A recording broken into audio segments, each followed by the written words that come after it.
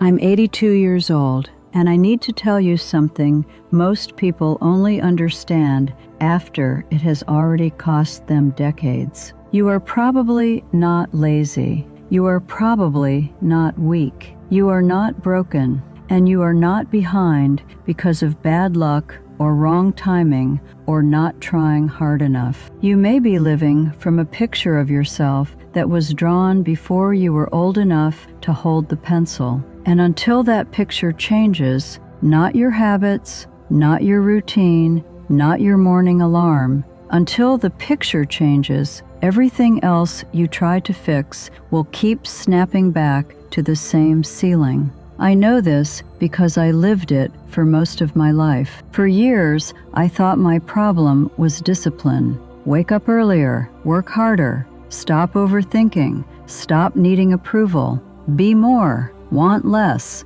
try harder. And every time I tried, something pulled me back. I would start strong, then I would shrink. I would make a decision, then I would doubt it until it quietly died. I would get close to being seen, then I would find a reason to disappear. I would ask for what I needed, then turn it into something smaller, something that wouldn't cost anyone too much, something easier to give. And every time it happened, I told myself the same story. Diana, you are just not strong enough. But that was not the truth. The truth was worse and also kinder. I was not failing because I lacked willpower. I was returning to an old self-image, a hidden picture of who I believed I was allowed to be. And that picture was not built by me. I was 8 years old. I remember standing in the kitchen doorway holding a paper from school. I had done well on it. There was a gold star in the corner. I wanted someone to see it. My mother was sitting at the table with bills spread in front of her. My father was quiet. The room had that heavy feeling children understand before they have words for it. I said, "Look." No one shouted. No one was cruel. That is what makes it harder to explain. My mother glanced at the paper for half a second. Then she looked back at the bills and said, "Not now, Diana." I remember the heat in my face, the shame of having wanted attention at the wrong time. That day, I did not decide, I am unworthy. Children do not speak that clearly. I decided something quieter. My needs have bad timing. My joy is inconvenient. It is safer not to want things out loud. I did not know, standing in that doorway, that I had just begun building the picture I would spend the next 50 years living inside. Decades later, I was still standing in that doorway, only now it looked different. It looked like sitting in a meeting with something important to say and swallowing it. It looked like lowering my price before anyone asked. It looked like saying, "Whatever works for you," when something did not work for me at all. It looked like being praised and immediately explaining why it wasn't a big deal. It looked like working until I was exhausted and calling it dedication. It looked like accepting less and calling it being reasonable. It looked like keeping quiet and calling it keeping the peace. The room changed. The age changed. The clothes changed. But the 8-year-old in the doorway was still making the decisions. That is how you know, not by the big moments, by the small ones. The moment you edit yourself before speaking. The moment you feel guilty receiving a compliment. The moment you get close to something good and find a reason to step back. The old image keeps choosing, even when you are no longer the person who formed it. Maybe you recognize some version of this. Maybe someone made you feel difficult, and now you spend your life trying to be easy. Maybe someone made you feel like too much, and now you offer less before anyone asks. Maybe someone made you feel invisible, and now real attention, Sustained, genuine attention feels unsafe, like something must be wrong if someone is looking at you that closely. Maybe money was frightening in your home, and now receiving more feels like reaching for something that doesn't belong to you. Maybe someone made you feel like love had to be earned, and so you overgive until you are empty, because that is the only version of love that has ever made sense to you.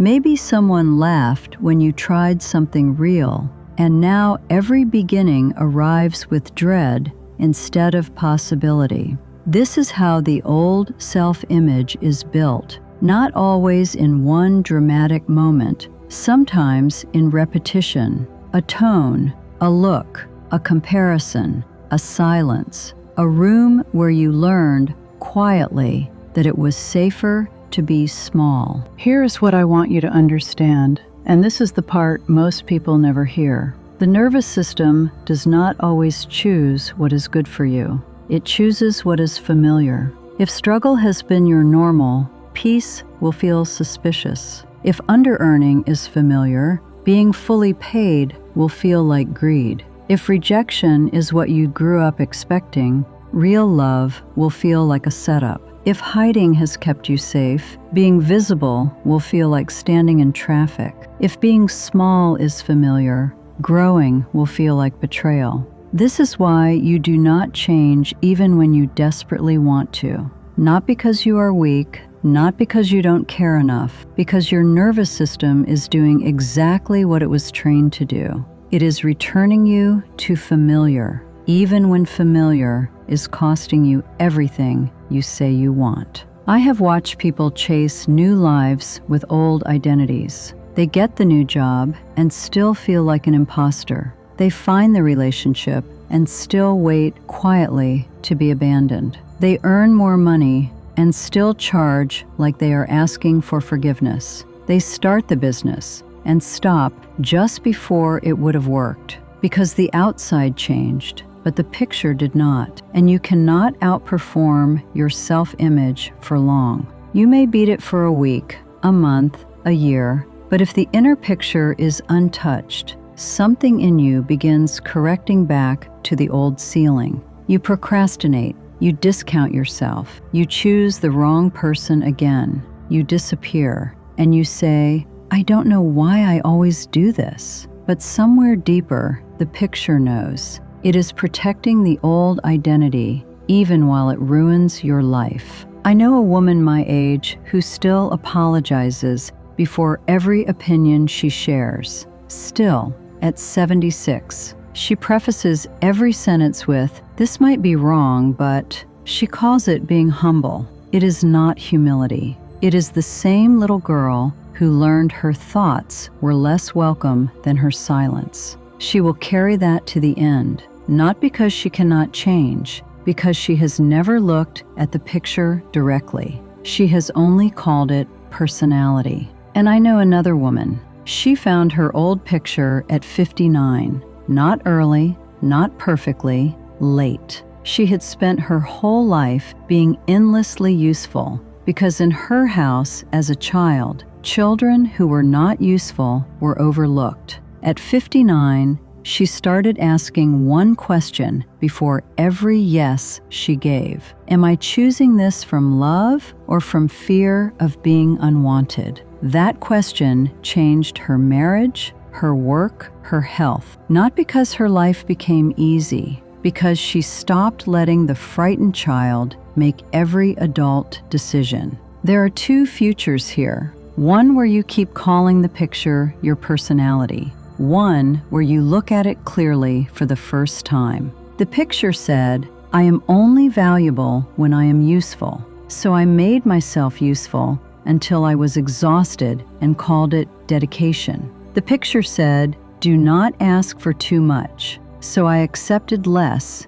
and called it being reasonable. The picture said, do not be difficult. So I swallowed what I actually thought and called it keeping the peace. The picture said, you are safer when nobody sees too much of you. So I hid the parts of me that wanted more and called it privacy. But it was not dedication. It was not reasonable. It was not peace. It was not privacy. It was fear wearing respectable clothes, and I lost years to it. I want you to hear that clearly. You can lose years trying to improve a life built on the wrong image. You can read every book, make every plan, set every alarm, build every system, but if the picture underneath is untouched, you will keep living as the person you were taught to be, not the person you are capable of becoming.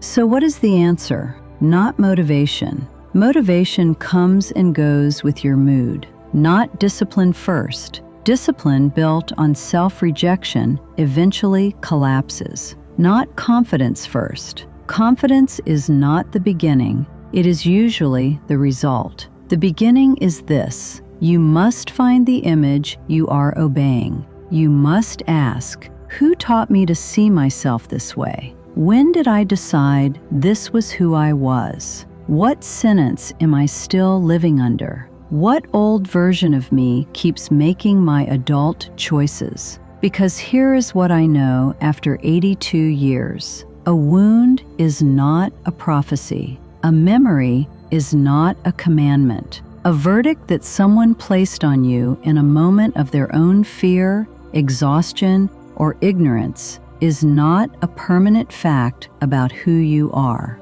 Maybe someone rejected you. That does not make you unlovable. Maybe you failed. That does not make you a failure. Maybe money was frightening in your home. That does not mean receiving more is wrong. Maybe someone left. That does not mean everyone will. Maybe someone made you feel like too much. That does not mean you were. The conclusions you built from the hardest moments of your life, they made sense to a child trying to survive, but you are not that child anymore. And you are allowed to question what you decided about yourself in the moments you were least equipped to decide anything accurately. 50 years ago, I could not have told you any of this. I did not have the language. I did not even know there was a picture. I thought the fear was me. I thought the shrinking was me. I thought the endless earning of my place was just my personality. I found the picture at 63, and what I found, 2 years of quietly looking at it, was something both terrible and relieving. Terrible because it had been there so long. Relieving because it was not the truth. It was an image, an old one, a borrowed one. And what I found underneath it was someone who had been waiting a very long time to be seen clearly. I want to give you something practical before we end. This week, when you have a quiet moment, take a piece of paper and write this sentence. The version of me I keep becoming is, then finish it honestly. Do not make it inspiring. Do not edit it. Write what is true. Maybe it is the version who hides, the version who overgives, the version who starts and then stops, the version who undercharges, the version who waits to feel ready. Write it. Then write the second sentence. Who taught me this was safer? Sit with that, because somewhere in that answer is the old picture, the one that has been running quietly while you blamed yourself for not being disciplined enough, motivated enough, brave enough. The picture is not your personality. It is something that was handed to you, and anything handed to you can be put down. Not all at once, not through willpower, but through returning patiently to a different image of yourself, again and again, until the new one becomes the familiar one. If what I've shared today has touched something in you, I created a free guide called the Inner Child Reset. It is in the description below. 7 days, one small practice each day. It begins where most people's old image shows itself most clearly: money, worth, receiving, permission. But the real work is bigger than money. It is about finding the picture you have been living from and beginning, slowly, patiently, to choose a new one. The link is below. Take it when you are ready. I'm 82. I found the picture at 63. I have had 19 years of living from a different one. Not a perfect one, not a finished one, but mine, actually mine, for the first time. That is available to you too, at any age. I'll see you next time.